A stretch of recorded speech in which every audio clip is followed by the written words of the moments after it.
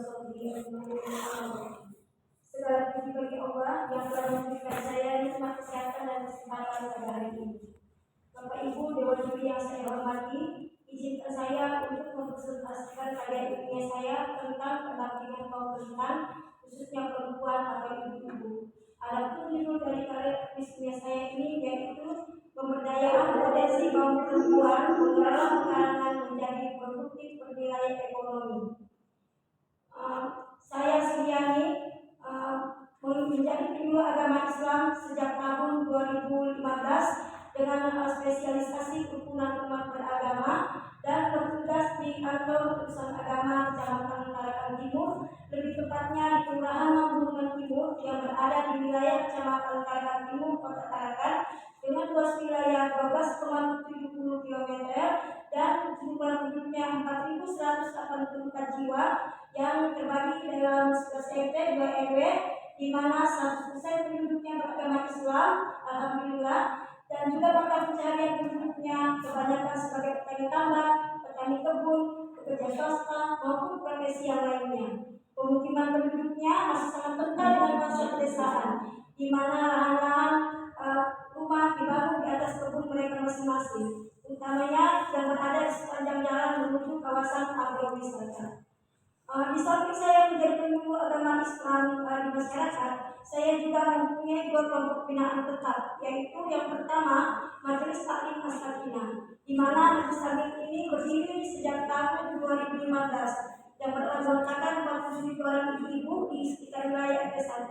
Taklim As-Sakinah ini adalah wadah untuk mempererat tali silaturahmi dan kebersamaan antara anggotanya. Adapun kedua kegiatannya yaitu tentang pengajian ilmu agama terkait dengan akidah, fikih maupun akhlak, dan sebagai sarana atau pelatihan untuk mengembangkan minat dan kreativitas daripada anggotanya. Juga setiap tahunnya di akhir tahun kegiatan diadakan digelar bersama.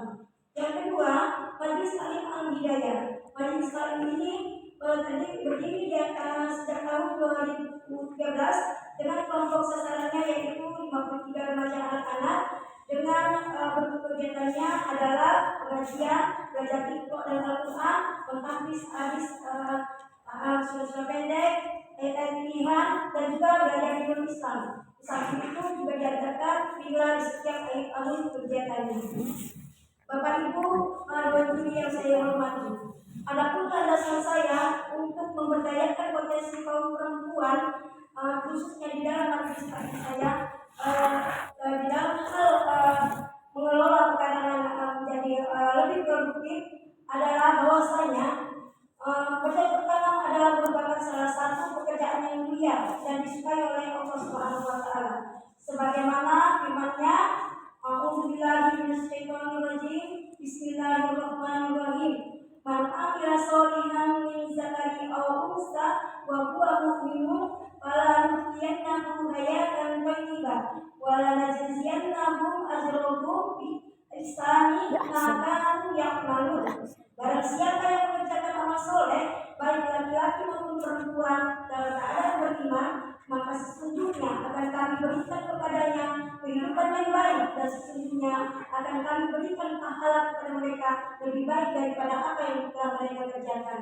Quran Surah An-Nahl ayat 97. Dan saya juga mengutip salah satu hadis yang berbunyi, Bismillahirrahmanirrahim, wala yaqisul muslimun warsan faya ulalil insanu wala dabbatau wala khairun ila kanu lahu ila kanu lahu Yomil lahu sodakatan ila yaumil qiyamah.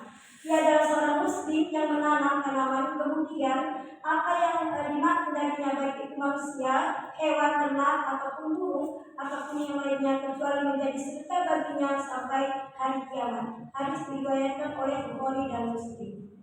Berdasarkan latar belakang tersebut di atas, maka kemudian saya mengidentifikasi beberapa permasalahan terkait pengelolaan pekarangan oleh ibu-ibu di khususnya di warga RT 1 dan lebih khusus lagi di majelis binaan saya.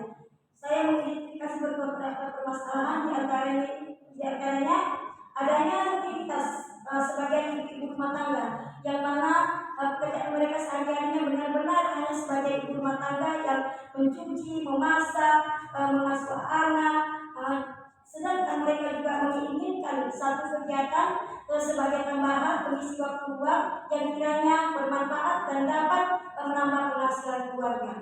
Yang berikutnya di masyarakat khususnya di warga RT 1 juga tingkat kepedulian akan partisipasi untuk mengelola atau memanfaatkan lahan mereka yang notabene karena mereka luas-luas karena dibangun merupakan wilayah mereka masing-masing, tapi tidak digunakan, itu masih sangat rendah. Hal-hal yang menyebabkan itu ada berbagai alasan. Alasannya diantaranya yaitu bahwasanya pekarangan lahan itu kurang subur, sehingga apabila dimanfaatkan atau diolah akan memerlukan perlakuan yang khusus ataupun akan menimbulkan biaya yang cukup mahal untuk bisa dikelola dan bisa dimanfaatkan seperti itu. Sehingga dari identifikasi itu saya lalu merumuskan berbagai masalah dengan melakukan bimbingan terus-menerus di dalam kelompok majelis taklim saya. Di samping bimbingan keagamaan rutin yang selalu kami lakukan, saya juga menelitikan tentang apa yang masuk dalam pekarangan produktif bernilai ekonomi, kemudian bagaimana cara saya untuk memotivasi ibu-ibu khususnya di majelis binaan saya agar mereka mau memanfaatkan lahan pekarangan tersebut. Kemudian jika terjadi kendala atau ada permasalahan di dalam mereka mengelola atau memelihara dan menjual hasilnya, solusi apa yang akan saya tempuh, apa akan saya berikan supaya kegiatan ini bisa berjalan dan bisa mendapatkan manfaat dan sebagainya.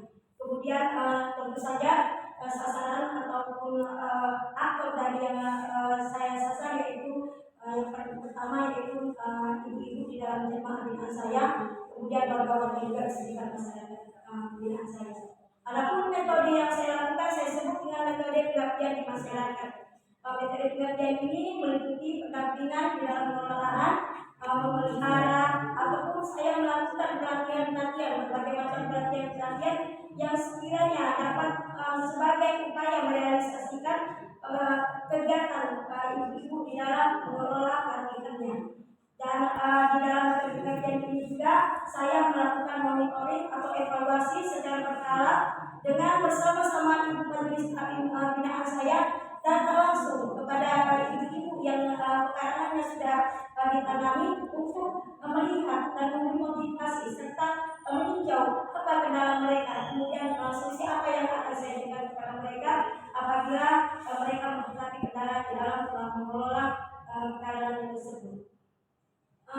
Kemudian bersama ibu-ibu majelis taklim Sakinah yang tangguh dan mempunyai minat yang dan bakat untuk bercocok tanam, saya kemudian berinovasi dengan melakukan tahapan-tahapan sebelumnya di dalam untuk mengelola lahan tersebut. Apa yang saya lakukan? Yang saya lakukan adalah yang pertama, saya bersama-sama anggota majelis taklim saya melakukan kegiatan bersih-bersih yang kami sebut dengan kegiatan bersih, dan itu dilaksanakan setiap 2 minggu sekali, di mana secara bergiliran kami mendatangi rumah-rumah jamaah kami maupun warga sekitar untuk membersihkan lahan-lahan yang dituju untuk akan ditanami. Dan kemudian selanjutnya kami juga bersinergi dengan ketua RT, kami masjid, remaja-remaja masjid, warga masyarakat sekitar, juga ibu-ibu jamaah, serta melibatkan pihak kelurahan juga untuk secara berkala bergotong royong, mengadakan gotong royong secara berkala, membersihkan lahan-lahan pekarangan warga, utamanya yang ada di sepanjang jalan menuju kawasan agrowisata air terjun Cimandan. Dan selanjutnya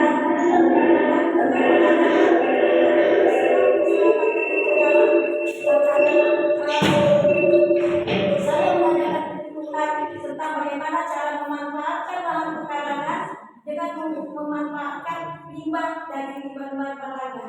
Kemudian saya juga mengadakan berbagai pelatihan atau praktek bersama dengan ibu majelis taklim, dan ada juga kami undang dari pihak PT warga masyarakat lainnya untuk bersama-sama melakukan praktek, yaitu praktek membuat pentolan dari udang, praktek membuat pupuk organik padat cair dan cair dari limbah rumah tangga ataupun limbah udang maupun dari bahan alam seperti daun kering, barang-barang sisa dan lain sebagainya.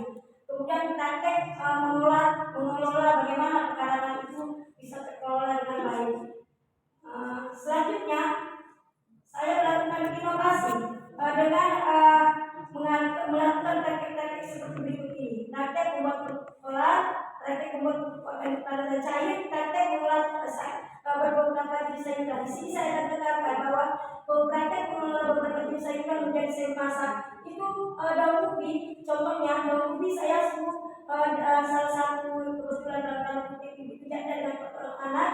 Saya sebut dia mengolah hasil panennya berupa daun ubi menjadi sayur tumbuh yang dikemas. Saya mampu untuk memasarkannya dengan melalui majelis taklim, majelis taklim juga melalui menitipkan di warung-warung, dan hasil panen yang ada di lainnya juga banyak sudah yang dijual ke langsung ke pasar.